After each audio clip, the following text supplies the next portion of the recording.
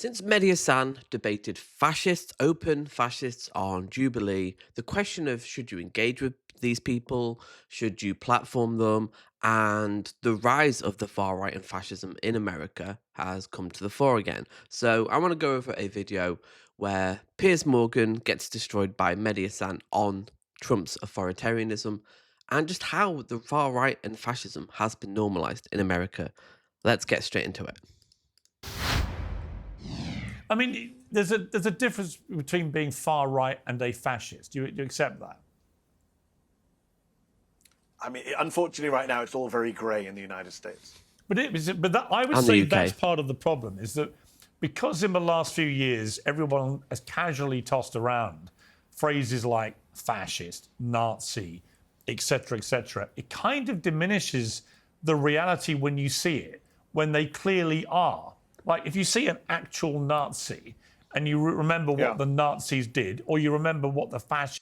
Not really, they have the same beliefs. Maybe they've not acted on it, but the same beliefs are there.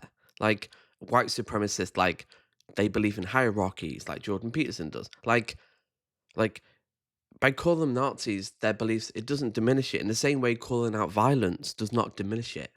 Calling out racism doesn't diminish it. Like, I think Piers Morgan is almost apologizing for it. Like, oh, well, you diminish it. No, they're the ones who are diminishing it and going, yeah, just casually be, a white supremacist, a fascist. did, actual fascists doing actual fascist stuff on a mass scale. The reason I've always quibbled with you using that word for Trump, for example, is that He supports Trump, that's it. He supports Trump, that's it. I think it trivializes what actual fascism really is. When I saw these kids, though, what I'm seeing is a complete breakdown in any historical knowledge to brazenly admit I am a fascist. You never mind the open racism you had to put up with, which was obviously contemptible, but to just casually admit in a sort of cheery way, I'm a fascist, it just said to me they don't understand what that means. Maybe, I mean, or that they do understand what it means and they like it. And this is the slight problem. All of the polling shows, Piers, that the Republican base has become more authoritarian over the last 5-10 years, has become more open to strongman rule, do call Donald Trump daddy because they like the idea of a strong leader, have told pollsters time and again that they're happy for Trump to ignore court rulings and ignore Congress and take more power for himself, which he's done, by the way. He has defied court orders, has defied the Supreme Court. And look, we can argue back and forth about the word fascist, just like on Gaza, you and I have argued about the word genocide. What we can't argue about, and surely what you cannot deny, is that America right now is going through an authoritarian moment. Most political scientists and scholars of democracy are saying American democracy is in decline, is going backwards, is regressing. We are seeing a much more authoritarian approach to government. The Republican Party is enabling Donald Trump's worst excesses. Again, call them whatever you want, authoritarian, illiberal, fascist. And these kids, quote unquote, they're all adults, but yes, young Americans, sitting in that warehouse with me, I don't think they're just ignorant. I actually do think they're taking their cues from the top. They are saying this stuff because Donald Trump has emboldened them. These views, Piers, as you well know, you lived in the United States, these views have been around for decades. But they were said in private. They were said in people's homes. They were said on some weird internet message board. They've become emboldened to say this stuff out loud because the leader of the country says similar stuff out loud. When they say to me, I'm not a real American, I should be deported, denaturalized. I mean, Donald Trump, Piers, is openly saying that Zohran Mamdani, the Muslim American citizen candidate for mayor of New York, is maybe here illegally. Maybe we have to investigate his citizenship based on nothing. They sat at the RNC and held up placards saying mass deportations now. They didn't just mean quote-unquote illegal immigrants, Piers. That's become very clear. No, but you know what's interesting is I interviewed Joy Reid the other... Right. See all this evidence that Mehdi Hasa is laying out. See what Piers Morgan does right now. Day, right, who was obviously at MSNBC for a long time. And she started ranting away about Trump and the deportation stuff that's going on. I just said to her, okay, how many people did Obama deport? Great. Whataboutism? Like, no point. So, see, this is the problem. You can't really have a serious debate because this is what enables fascism and authoritarianism. Having a serious discussion about Trump, like, he's laying out a really good argument there, a compelling argument. And then it's like, oh, well, Obama did it, but did Obama talk about Mexican rapists? Did he, obscure due process? Did he, you know, increase hate crimes massively when he was elected president? Because that's what Trump did in 2016. Obama didn't do that. So, that's all they have. And I really do think that Piers Morgan is part of the problem here. He's the one who enables it. And that's why he can't call it out. Like, he is friends with Trump after all. Okay. No, it's one of my favourite questions. But what was striking? Yeah, because that's all you have is whataboutism and gotchas. Like, you have nothing, Piers. Was not just that she had no idea, which she admitted. She never bothered to find out, even though people like me have been telling everyone the number for a long time, to expose, actually, I think, a liberal double standard on this. But secondly, she said, I don't care. How is it a liberal double standard? We're against it. Like, most people are against... Again, I hate Obama. Like, I think he was pretty bad. He brought, excitement and energy. But what did he really change? Not that much. Like, most leftists don't like Obama. He's a liberal. Care.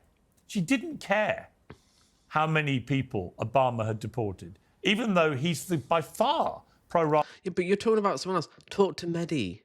Keep to the conversation. He's like, talk about what he actually just laid out to you. But you can't, can you, Piers? Because, like, you are the part of the problem here. Us are the biggest deporter of people in American presidential history. So, my question for you about this would be, okay, I don't happen to think Trump has been that authoritarian. I think he pushes... Exactly. And this is the problem we face. He thinks that this is just normal. Like, lack of due process, trying to censor press freedoms, just export people who are potentially democratically elected, Zoran Mandani. Like, it's not that authoritarian. Like, where's the cutoff point? What has to be authoritarian for Piers Morgan? Like, it's insane. The courts as hard as he can. Why? But then he reigned. Well, then he reigned back. He's defied court orders. The people that have been deported, where there was a big blow up and contention about it, they've come back and they're facing due process. That's not what an authoritarian does. Not true. He's cleaned That's up. just not true, Piers. Well, on the southern border, for example, I presume you would praise Trump for stemming the number of people coming illegally there, or would you not? No, I don't praise somebody who tortures people in detention centres, and I don't think you should either. And you said a lot of things that weren't true.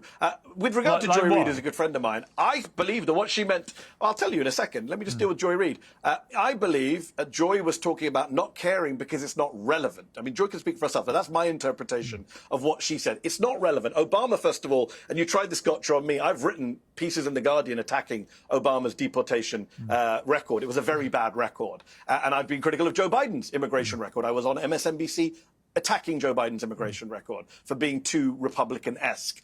But that is not relevant to right now, because when we're talking about deportations, we're not just talking about numbers at the southern border. We're talking about what ICE is doing in what's called the interior of America, in LA, on the streets of New York, grabbing people off the streets, masked agents with no badges, no IDs, unmarked cars, grabbing American citizens, doing racial profiling of Latino gardeners or customers at Home Depot, putting them in detention, disappearing them like fascist countries do. When American citizens, veterans, a disabled veteran in LA, Piers, just disappeared off the street for 3 days. His family don't know where he's in. That is Pinochet Chile style. But do you stuff, agree? Right? I'm not saying it's the same, but I'm saying that is reminiscent. Okay. No, hold on, Piers. You had a long thing about... I just need to deal with your points, then you come back in. Okay. He has defied court orders. The Washington Post just did a study the other day of 160 lawsuits brought against him. They've defied 1 in 3 of those lawsuits. He hasn't given due process to people in El Salvador. People were tortured, Piers, in El Salvador. Kilmar Abrego Garcia talks about being sat on his knees all night long, being beaten, being deprived of food. Well, actually, a lot of people have said that's nonsense. You opposed George Bush. But it's not nonsense. People have... What are you talking about? Congress members have gone to Alligator Alcatraz in Florida and talked about 35 people to a room, drinking water out of the toilets that they have to do a number 2 in. You opposed the Iraq War. I assume you opposed Guantanamo and Abu Ghraib at the time. I don't quite remember. But this is torture. This is what Trump, the guy you say is not authoritarian, is doing. And he's doing it to American citizens. Yeah, he's doing it to American... Well, he's not giving due process to American citizens. He's chucked out American children out of this country. Right, let me get a question due process just earlier this year. Let me get a question in. Do you agree that undocumented immigrants in America who then commit a crime should be deported? Yes. Good. So then we got a bit of agreement on that.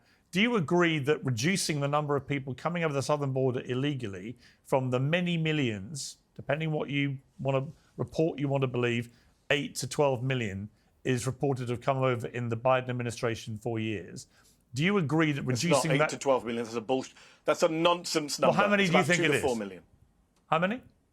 I think it's about 2 to 4 million. Is what the experts I talk to say 2 to 4 million. Okay, so millions. Do you accept that reducing that to Yes. just a few thousand a month? But the problem with the hard border, which they kind of brought in the 80s and 90s, is that there was a natural movement between America and Mexico.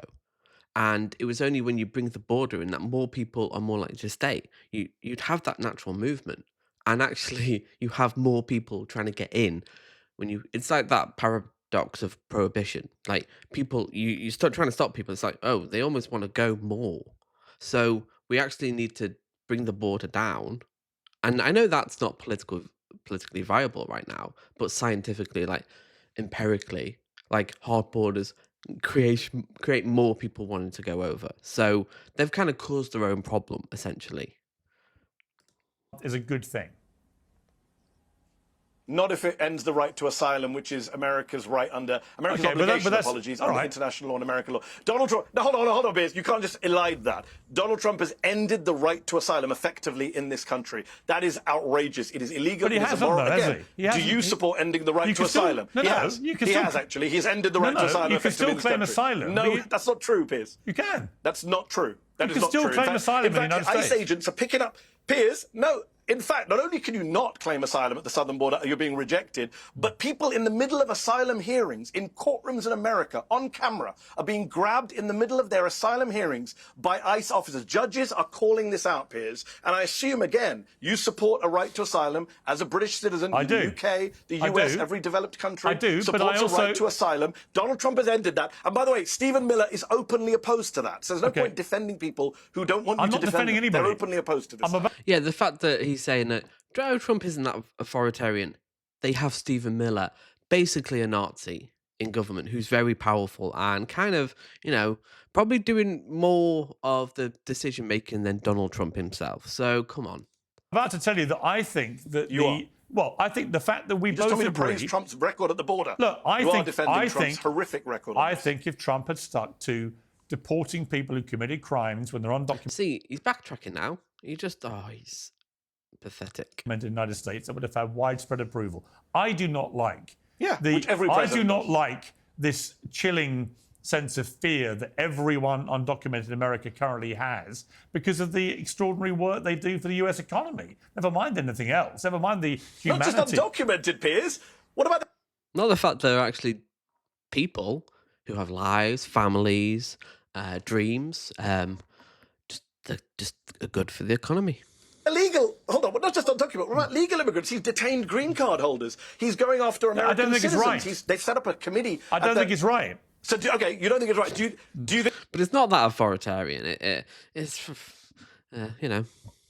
think it's authoritarian? You're not worried about the direction of travel in the US, where 2/3 of Republicans basically identify as authoritarians in polls, where a majority of Republicans tell pollsters, we think Trump shouldn't follow the courts or Congress? I think, you're not of course worried he by should. that? Well, of course he should follow courts, but I think that in relation to the...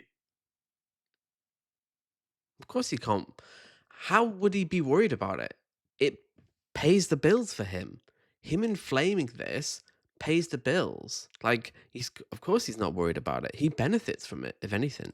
The immigration issue, the vast majority of Americans I've seen interviewed, right, doesn't necessarily mean that is the majority of the country, but most people think if you're in the country illegally, that isn't something to be applauded.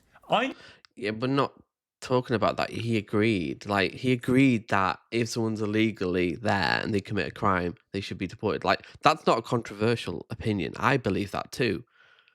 But you're assuming that, like racists do, that all illegal immigrants are committing crime, where factually they commit less crime on average compared to their native counterparts. We'll end there. Yes, it does raise the question of, should you go on shows like Jubilee? Should you platform Nazis? I don't think you should. Like, again, I agree with Mehdi. Like, talking with a fascist, you're not talking about evidence, reality. You're not talking about, you're not in the same reality. And the problem is, so much far right content, your Sargon, your Stephen Crowder, they're openly just anti intellectual. And I think on some level you have to engage, but that doesn't mean you have to take them seriously. And it does raise the question, like, should you, go on Piers Morgan? Should you engage? And I think on some level you should, but you have to be critical. And I think Mehdi Hassan has the right balance. He goes on Piers Morgan. He, debates these people. And if you don't, they're still going to continue. So tell me what you think about the rise of authoritarianism in America. And I'll see you in the next video.